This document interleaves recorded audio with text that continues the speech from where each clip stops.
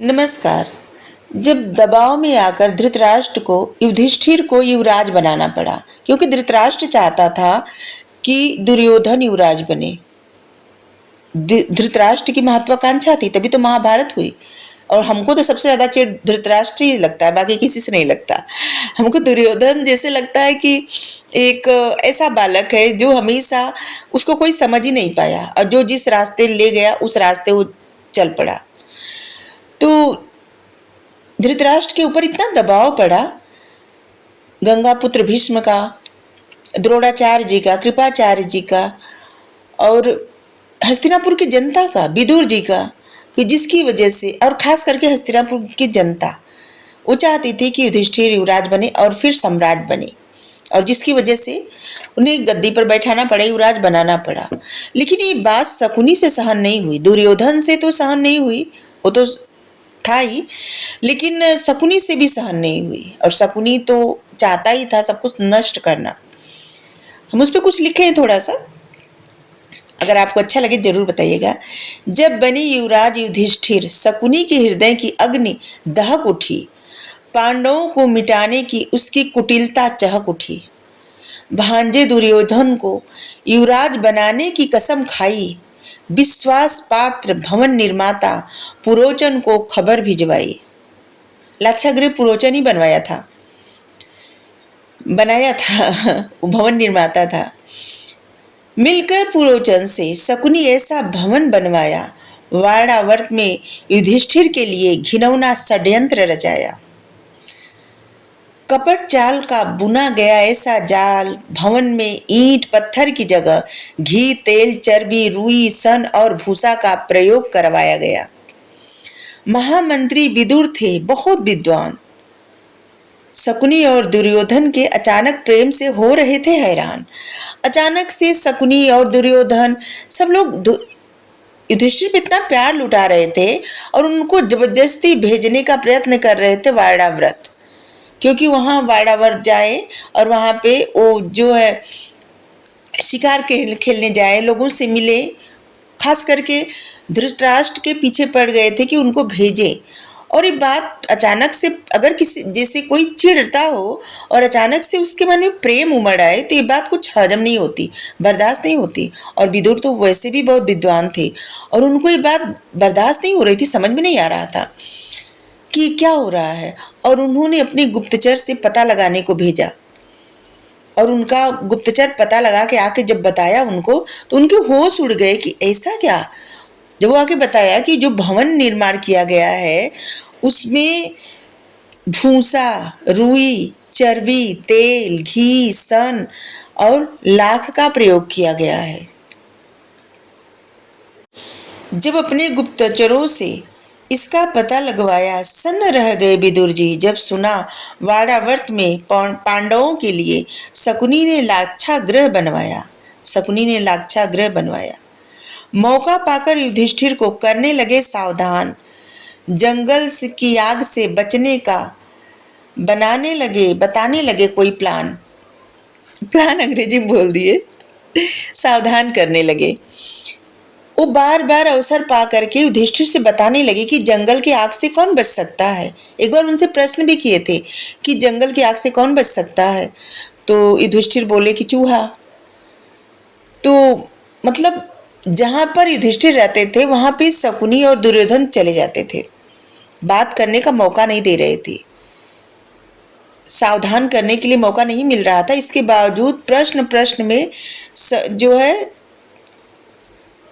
विदुर जी युधिष्ठिर को सावधान कर रहे थे और उनको बता रहे थे कि जंगल की आग से बचने का क्या प्लान हो सकता है, कोई ना कोई ऐसा प्लान बनाइए आप लोग। विदुर चाहते तो गंगापुत्र भीष्म से बता सकते थे, लेकिन उन्होंने नहीं बताया। क्यों नहीं बताया? क्योंकि उनको जानना था कि शकुनी क्यों मरवाना चाहता पांडवों को, असली मंशा उसकी क्या है, क्योंकि तब तक कोई नहीं जानता था कि असल मंशा उसकी क्या है। और इसीलिए विदुर जी युधिष्ठिर को सावधान बस कर रहे थे और ये नहीं बता रहे थे, सीधे सीधे बता नहीं रहे थे, सिर्फ सावधान कर रहे थे। और वो लोग निर्धारित कर लिए थे कि काले पाक की 14 को उसमें आग लगानी है, लाक्षागृह में पांडवों को उनकी माता सहित, कुंती सहित जला के भस्म कर देना है। पहले सिर्फ युधिष्ठिर के लिए प्लान बना था, लेकिन बाद में युधिष्ठिर कहे उनके भाई जाएंगे तभी हो जाएंगे, कहीं भी अपने भाइयों के बिना नहीं जाते। और फिर उनके भाई बोले कि माँ जाएंगी, माता जाएंगी तभी जाएंगे, और उस सब लोग साथ में गए। काले पाक की 14 को लगानी थी भवन में आग। दुर्योधन की सेना तैयार खड़ी थी, पांडव न पाए भाग। दुर्योधन की सेना, वो लाक्षा ग्रह जो बना था ना, उसमें सिर्फ एक ही दरवाजा था, पीछे कोई दरवाजा नहीं था। और उस दरवाजे पर भी पुरोचन का कमरा था और वो बैठता था जो भवन बनाया था। और दुर्योधन अपनी सेना भेजा था, ऐसे विश्वास पात्र लोगों की सेना भेजा था जो युधिष्ठिर या पांचों पांडवों को या उनकी माता को, मतलब वो बाहर निकल के भाग न पाए। और ऐसा सिर्फ एक भ्रम बनाया था कि वो युधिष्ठिर की सुरक्षा के लिए सेना भिजवाया है। और वो लोग 24 घंटे रखवाली करते थे। और यहाँ पे एक चूहेदानी लेके एक श्रमिक गया और युधिष्ठिर बहुत परेशान थे। पहले तो देखिए, युधिष्ठिर के मन में ऐसा चला कि विदुर जी कभी भी एक भी शब्द बिना वजह नहीं बोलते, बहुत नाप तोल के बोलते हैं। तो फिर वो ऐसा क्यों कहे कि जंगल की आग से कौन बच सकता है, फिर जंगल की आग के बारे में बार बार ऐसी बात क्यों कर रहे थे, वो खुल के बात क्यों नहीं की, जरूर इसमें कुछ न कुछ कारण है। और फिर जब वो भवन देखे तो उनको समझ में आ गया कि क्या कारण हो सकता है। तब उनकी माता बहुत चिंतित हो गई, कहीं कि अब यहाँ पे भवन सुरंग खोदने वाला कौन मिलेगा। तो युधिष्ठिर जी कहें कि विदुर जी ने जब इतना सवाचे हैं, तैयार किए हैं, मतलब इतना बताए हैं, संभल के रहने के लिए कहे हैं, सावधान किए हैं, तो जरूर किसी न किसी को भेजेंगे। और वो सच में भेजते हैं, एक ऐसा श्रमिक जो चूहेदानी लेके जाता है, एक चूहा लेके। और पूछते हैं युधिष्ठिर जी कि इस चूहे का क्या खासियत है, तो बोलता है कि ये बहुत जल्दी बिल तैयार कर देता है। और युधिष्ठिर जी पूछते हैं कि चाचा श्री कैसे हैं, काका श्री कैसे हैं, तो बोलता है ठीक है। और इसके बाद वो सुरंग खोदता है। और ये लोग 13-14 को ये लोग आग लगाने वाले होते हैं, पुरोचन आग लगा के भागने वाला होता है।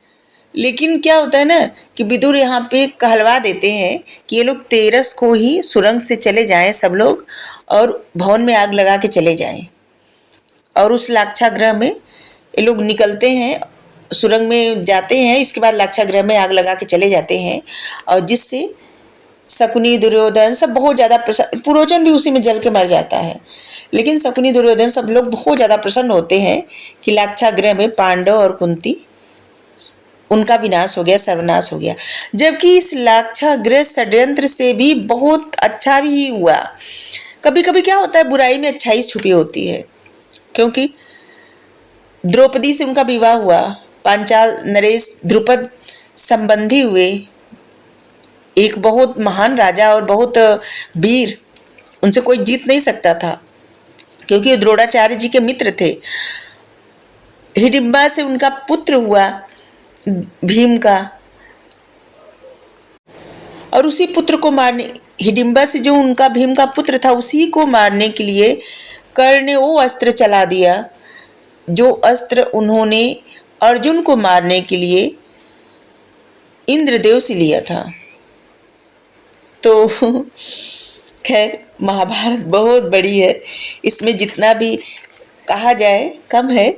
लेकिन इतना सोचने को जरूर मिलता है कि सोचिए, राजा के घर में जन्म लिए, युवराज बने, लेकिन जितने समय उनको लगा होगा कि वो लोग के लिए लाक्षागृह तैयार कराया गया, वो लोग जल के भस्म हो सकते हैं, तो रात दिन जाग के पहरेदारी करते थे। इसके बाद वहां से गए जंगल में, भिक्षा मांग के वो लोग अपना पेट भरते थे, और कितना कष्ट उठाना पड़ा। इंसान अपने कर्मों से बड़ा होता है, जन्म कहीं भी ले उससे कोई फर्क नहीं पड़ता।